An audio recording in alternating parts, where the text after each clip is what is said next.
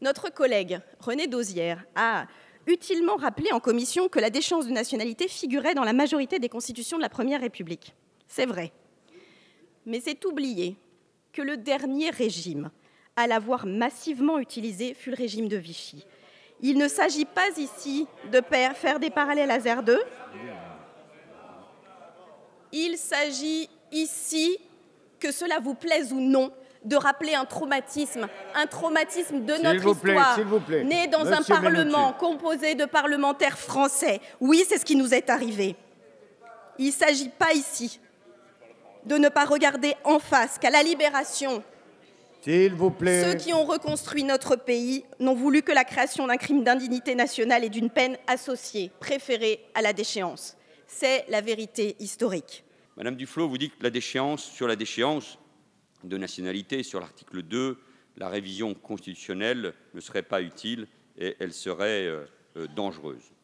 En faisant un certain nombre de références au passé, c'est votre droit, et en citant des grandes voix qui nous impressionnent et qui nous impressionneront toujours. Mais la grande différence, et c'est pour cela que j'ai rappelé il y a un instant la tradition républicaine.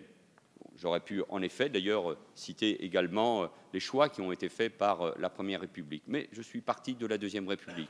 J'ai rappelé les lois ou les décrets-lois adoptés au cours de la première partie du XXe siècle. J'ai rappelé le rétablissement au moment de la Libération par ces gouvernements qui regardaient eux aussi la vérité en face et qui sortaient de cette période sombre. Mais je veux uniquement faire ce point et le rappeler. Vichy, ce n'est pas la République. C'est une part de la France, et je rappelle les mots, mais ça n'est pas la République. Ça n'est pas la République.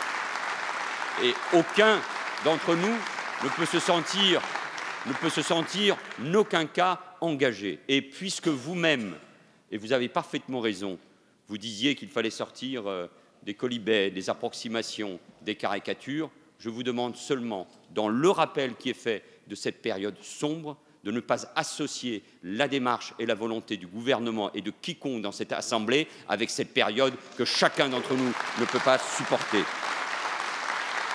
Et puis, inutile